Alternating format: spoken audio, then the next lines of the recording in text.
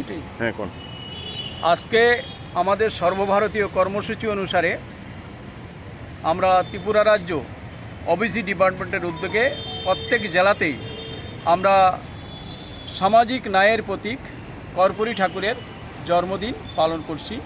প্রদেশ কংগ্রেস ভবনের সামনে আমরা সদর জেলার যে প্রোগ্রাম সেটা আমরা এইমাত্র সম্পন্ন করলাম। ত্রিপুরার যে প্রত্যেকটা জেলাতেই আমাদের অনুষ্ঠান আজকে হয়ে গেছে, একমাত্র ধর্মনগর জেলাতেই বিকাল 4টার সময় হবে। তো উনি ছিলেন সামাজিক ন্যায়ের প্রতীক। সমাজে যারা আমরা পিছিয়ে পড়া সম্প্রদায়, এসটি, এসসি, ওবিসি, মাইনরিটি সম্প্রদায়ের লোক আছি, তাদের জন্য উনি নিজের জীবন উৎসর্গ করেছেন। যতদিন বেঁচে ছিলেন ততদিন এই সমাজের, এই সম্প্রদায়ের মানুষগুলোর জন্য, এই দুর্বল অংশের মানুষগুলোর জন্য উনি লড়াই করেছেন এবং তাদেরকে আর্থিক, সামাজিক, রাজনৈতিকভাবে যাতে সুপ্রতিষ্ঠিত করা যায় তার জন্য উনি লড়াই করে গেছেন। আজকের দিনে বর্তমান ভারতবর্ষের যে অবস্থায়, এই অবস্থা দাঁড়িয়ে ওনার আজকে প্রাসঙ্গিকতা রয়েছে।